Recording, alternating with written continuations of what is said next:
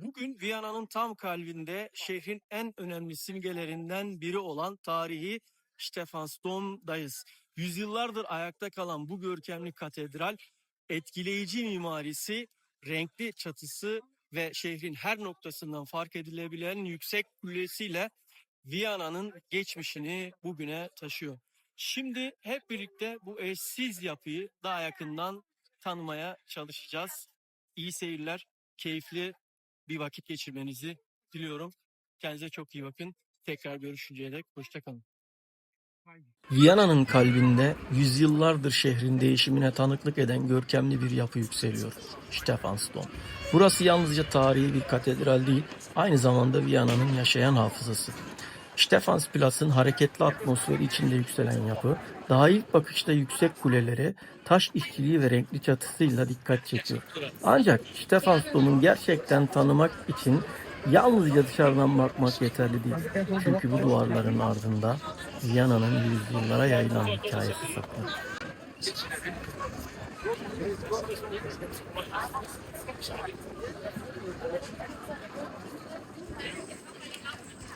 Stephansdom'un geçmişi 13. yüzyıla kadar uzanıyor. Bugün gördüğümüz yapı ise tek bir dönemde ortaya çıkmadı. Yüzyıllar boyunca büyüdü, değişti ve farklı mimari dönemlerin izlerini üzerinde biriktirdi. İlk yapının bazı bölümleri Romanesk mimarisinin özelliklerini taşırken, katedralin bugün öne çıkan görkemli görünümünü büyük ölçüde gotik mimari şekillendirdi. Bu nedenle Stephansdom'a yakından baktığımızda yalnızca bir ibadethane değil, farklı yüzyılların yan yana bıraktığı mimari bir hafıza görüyorsunuz. Bakışlarımızı yukarı çevirdiğimizde Stephansdom'un en tanınan ayrıntılarından biri karşımıza çıkıyor. Renkli ve geometrik desenlerle kaplı çatısı. Binlerce sırlı kiremidin oluşturduğu bu görünüm, katedrale uzaktan bile ayırt edebilen özel bir kimlik kazandırıyor. Çatıdaki desenler yalnızca süsleme amacı taşımıyor. Viyana ve Avusturya tarihine ait sembolleri de üzerinde barındırıyor. Güneşin ışığına ve bakış açısına göre renkleri değişiyormuş gibi görünen bu çatı, yapının ağır taş cephesiyle güçlü bir karışıklık oluşturuyor. Katedralin dış cephesinde ilk dikkat çeken unsurlardan biri gökyüzüne doğru uzanan kulesi. Viyana'nın birçok noktasında görülebilen bu kule, yüzyıllar boyunca şehrin silüetini belirleyen yapılardan biri oldu. Kulenin sivri ve zarif görünümü, gotik mimarinin göğe yükselme arzusunu güçlü biçimde yansıtıyor. Karşı tarafta yer alan Kuzey Kulesi ise farklı görünümüyle de dikkat çekiyor. Yapımı planlandığı biçimde tamamlanamadığı için iki kule arasında belirgin bir yükseklik ve biçim farkı bulunuyor. Bu farklılık katedralin kusuru olmaktan çok, onun uzun ve değişken tarihinin gözle görülebilen izlerinden biri haline gelmiş durumda. Katedrale yaklaştıkça taş duvarların üzerindeki ayrıntılar daha belirgin hale geliyor.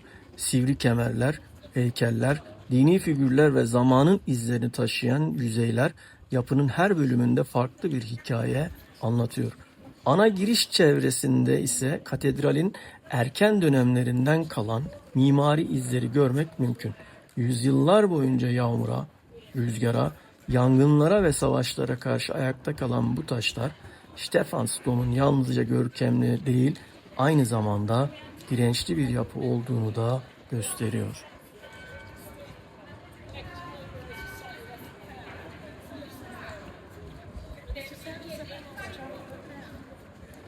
This was going on. So we did various occasions. We've got a calculator out,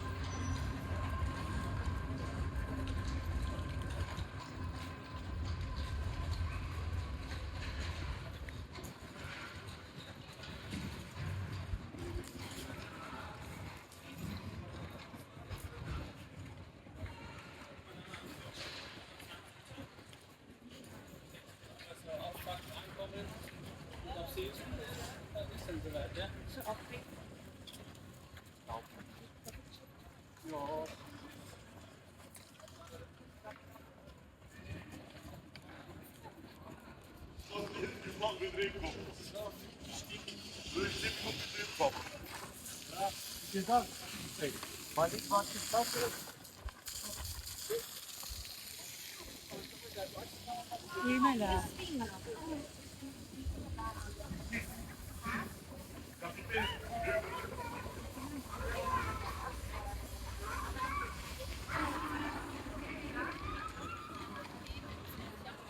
Ich habe zwar eigentlich ein Schwarztee.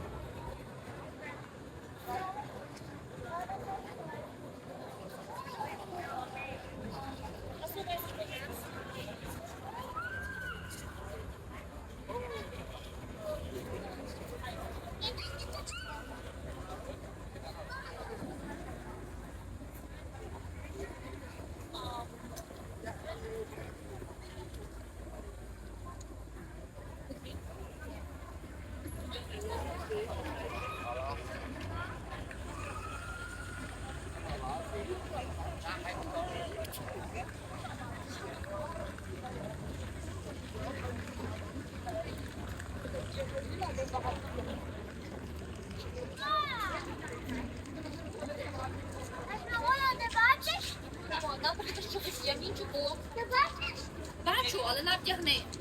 Я міг. На, ручки все понадягати. А я все. Aqui puxamos assim, vocês vão com plástico, com plástico.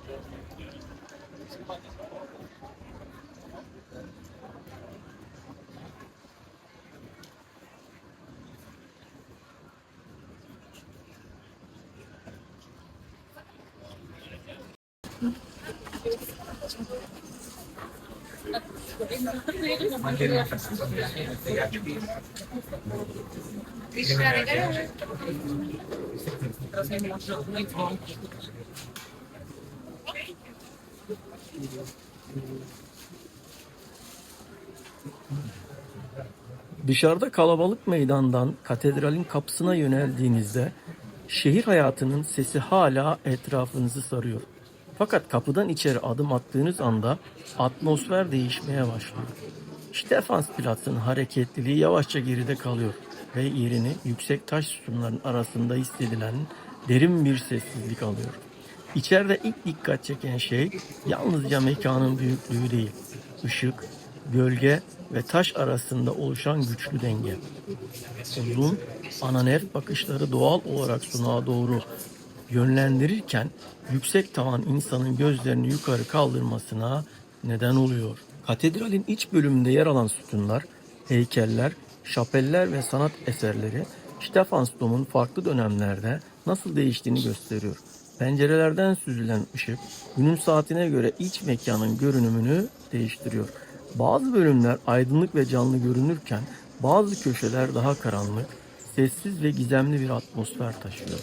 Bu ışık geçişleri katedralin içindeki mimari ayrıntıların her adımda yeniden fark edilmesini sağlıyor.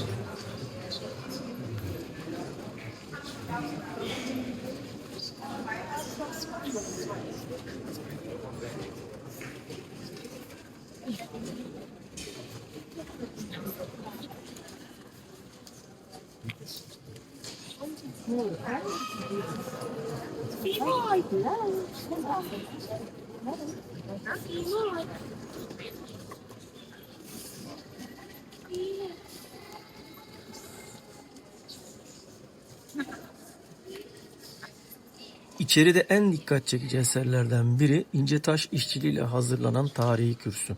Üzerindeki figürler ve süslemeler dönemin ustalarının taşa ne kadar ayrıntılı biçimde hayat verebildiğini gösteriyor. Ana sunak, yan şapeller ve dini tasvirler de katedralin yalnızca mimari değil, sanatsal açıdan da taşıdığı değeri ortaya koyuyor. Burada her ayrıntıyı birkaç dakika içinde görmek mümkün değil. Stephenson ziyaretçisini yavaşlatmaya, çevresine dikkatlice bakmaya ve ilk bakışta fark edilmeyen küçük ayrıntıları keşfetmeye çağırıyor. Katedralin görünen bölümleri kadar yer altında da saklanan hikayeler de bulunuyor. Yer altındaki mezar odaları ve katakomplar Viyana'nın geçmişine ait daha sessiz ve karanlık bir yüzü temsil ediyor. Tarih boyunca önemli din insanları ve bazı hanedan mensupları bu yapıyla ilişkilendirildi. Böylece Stephenson yalnızca ibadet edilen bir mekan değil, aynı zamanda yaşamın, ölümün ve şehir hafızasının bir araya geldiği tarihi bir mekan haline geldi. Stephanson'un hikayesi yalnızca Orta Çağ'la sınırlı değil. İkinci Dünya Savaşı'nın son günlerinde katedral ağır hasar gördü. Çatısı çöktü ve yapının bazı önemli bölümleri zarar gördü. Ancak savaşın ardından Stephanson'un yeniden ayağa kaldırılması Viyanalılar için yalnızca mimari bir onarım anlamına gelmiyordu. Katedralin yeniden inşası, şehrin savaş sonrasında toparlanmasının ve ortak hafızasını koruma isteğinin simgelerinden biri oldu. Bugün gördüğümüz renkli çatı ve yenilenmiş bölümler bu yeniden doğuşun izlerini taşıyor. Bu yapı müzik tarihinin önemli isimlerinden Wolfgang Amadeus Mozart'ın yaşamında da özel bir yere sahip. Mozart'ın burada evlenmesi ve ölümünün ardından düzenlenen törenle Stephenson arasında kurulan bağ, katedrali Viyana'nın müzik tarihiyle de buluşturuyor. Yüzyıllar boyunca dini törenlere, önemli günlere, sevinçlere ve kayıplara ev sahipliği yapan Stephenson, şehir yaşamının merkezindeki yerini hiç kaybetmedi. Bugün katedralin çevresinde dünyanın farklı ülkelerinden gelen ziyaretçiler dolaşıyor. Kimileri mimarisini görmek, kimileri tarihini hissetmek, kimileri ise yalnızca meydanın atmosferini yaşamak için buraya geliyor. Ancak Stephenson bütün bu kalabalığın ortasında hala Viyana'nın geçmişiyle bugün arasında güçlü bir köprü kuruyor. Çevresindeki şehir sürekli değişse de katedral aynı noktada yükselmeye ve şehrin hikayesine tanıklık etmeye devam ediyor. Stephanson'a uzaktan baktığınızda görkemli bir tarihi yapı görürsünüz. Fakat yaklaştıkça taşların üzerindeki izleri, kulelerin birbirinden farklı hikayelerini ve çatının renkleri arasında yerleştirilen sembolleri fark etmeye başlıyorsunuz. İçeri girdiğinizde ise yapının etkisi yalnızca gözle görülen ayrıntılarıyla sınırlı kalmıyor. Sessizlik, ışık ve mekanın büyüklüğü de bu deneyimin bir parçası haline geliyor. Viyana'ya yolunuz düşerse Stephanson'un önünden yalnızca geçip gitmeyin. Meydandan yapının tamamına bakın. Ardından biraz daha yaklaşarak taş işçiliğini inceleyin. Başınızı kaldırıp renkli çatısını ve kulelerini görün. Daha sonra içeri girin ve birkaç dakikalığına şehrin hareketliliğini geriden bakın.